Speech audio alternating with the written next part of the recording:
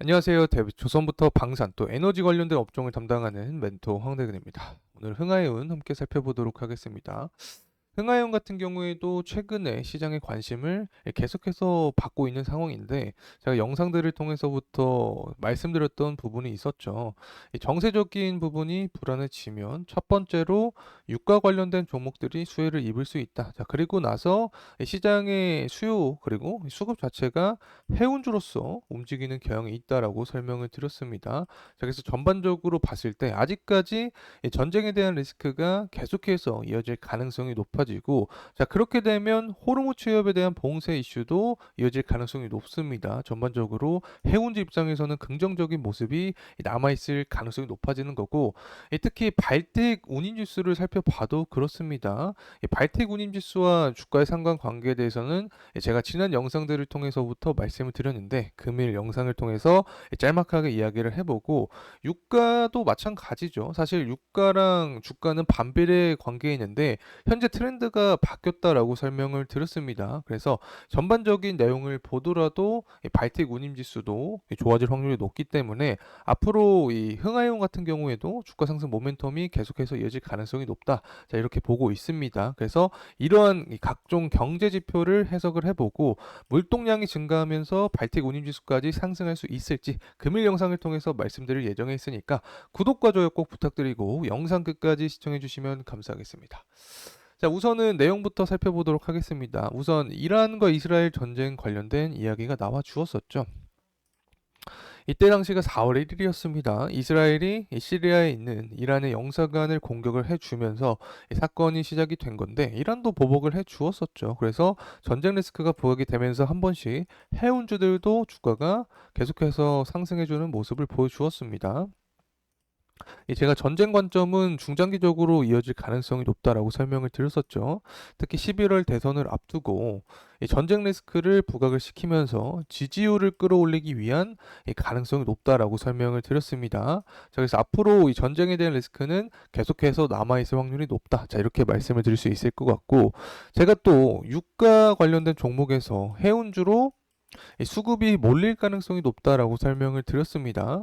특히 시장 관점에서 봤을 때 이 전쟁에 대한 리스크는 사실 시장에서 내성이 생길 확률이 높습니다. 그러면 이 다른 자극적인 이슈거리를 찾을 확률이 높아지는 건데 그게 바로 호르무 취업이 될 수 있습니다. 뭐 전쟁에 대한 이야기는 계속해서 들려왔던 거고 그리고 나서 더 뭐가 있는데 자 이렇게 되는 거죠. 자, 그렇게 되면 이 호르무 취업을 이란이 봉쇄하겠다라는 이슈가 나와주면 전반적으로 시장 공포가 더 가중될 확률이 높습니다. 그래서 대표적으로 이 수혜주가 될 수 있는 게 바로 흥하해운이죠. 왜냐하면 이 해업을 봉쇄하게 되면 LNG 물동량의 3분의 1이 차지하고 있는데 이 부분이 날아갑니다. 자, 그리고 또 유럽과 아시아를 잇는 항로라고 설명을 드렸었죠. 전반적으로 운임비가 상승할 수밖에 없게 된다라고 설명을 드렸기 때문에 이 관련된 흥하해운 역시 넥스트로서 수급적인 측면에서 이점을 받을 수 있다는 점 말씀을 드립니다. 자, 이제 발틱 운임지수 가져왔습니다. 발틱 운임지수도 지난 시간부터 계속해서 설명을 드렸기 때문에 이 부분이 궁금하신 분들은 지난 영상을 참고하시면 좋을 것 같습니다. 어쨌든 발틱 운임지수 같은 경우에는 결국에는 또 물동량과 관련이 있고 이 경제랑 관련이 있습니다. 다시 말하면 이 경제가 살아나면 당연히 물동량이 증가를 할 수밖에 없습니다. 물류로 이동하는 양을 말하겠죠. 그렇게 되면 이 BDI 지수도 상승을 한다. 자, 이렇게 볼 수 있습니다. 자, 이렇게 발태군인 지수에 대한 개념을 간접적으로 좀 설명을 드렸는데 이 부분이 과연 흥하해운의 주가에는 또 어떤 영향을 미칠지 알아보도록 하겠습니다. 이 보라색 선이 흥하해운이고 파란색 선이 발틱 운임 지수입니다. 이 발틱 운임 지수가 상승할 때 흥하해운의 주가도 상승하는 경향이 있습니다. 또 하락할 때 하락하는 경향이 있다. 자, 이렇게 설명을 드릴 수 있고 100%는 항상 없습니다. 하지만 이 발틱 운임 지수가 제가 앞서서 경제 선행 지표로도 작용을 한다라고 설명을 드렸죠. 그렇기 때문에 이 흥하해운의 주가에도 선행 지표로서 작용을 할 수 있다는 점 말씀을 드립니다. 그래서 여기서 우리가 챙겨갈 수 있는 내용은 결국에 BDI 지표는 주가에 긍정적인 영향을 준다. 이렇게 파악하면 좋을 것 같습니다. 자, 그리고 또 유가도 빼놓을 수 없고 살펴봐야 됩니다. 뭐 해운주도 그렇고 항공주도 그렇고 유가가 연료로 작용을 하죠. 그래서 이 해운주 입장에서도 유가가 사실은 하락해야지 좋습니다. 왜냐하면 비용이 하락을 하면 당연히 수익은 좋아지기 때문에 유가가 하락하면 좋습니다. 이런 패턴성 움직임을 보여줬었는데 최근에 트렌드가 조금 바뀐 모습을 보여주고 있습니다. 자, 이러한 측면 때문에 우리가 계속해서 주식시장을 추적을 해 나가야 되는 거죠. 이 파란색 선이 이제 유가입니다. 그리고 보라색 선이 흥하이온의 주가입니다. 자, 아까 제가 어떤 말씀을 드렸냐면 이 유가가 비용이기 때문에 유가가 반비례 관계가 원래 있다라고 설명을 드렸었죠. 하지만 최근 들어서 근 1년간 동안 이러한 트렌드가 조금 바뀐 모습인데, 자, 왜 그러냐면, 자, 이렇게 유가가 상승했을 때 내면의 이야기를 살펴보게 됐을 때 전쟁 리스크가 부각이 되었습니다. 맞죠? 그래서 이렇게 유가가 상승할지라도 이 전쟁 리스크가 부각이 되면 운임비가 상승할 가능성이 높아지기 때문에 이 운임비 관점에서 흥하이온의 주가도 이 상승을 했다. 자, 이렇게 말씀을 드릴 수 있습니다. 그래서 여기서 우리가 내릴 수 있는 결론은 무엇이냐? 자, 유가도 그렇고 이 운임비, 다시 말하면 BDI 지표로도 나중에 말씀을 드릴 수 있겠죠. 어쨌든 유가와 운임비 중에서 운임비가 더 강한 영향을 미친다라는 점 말씀을 드립니다.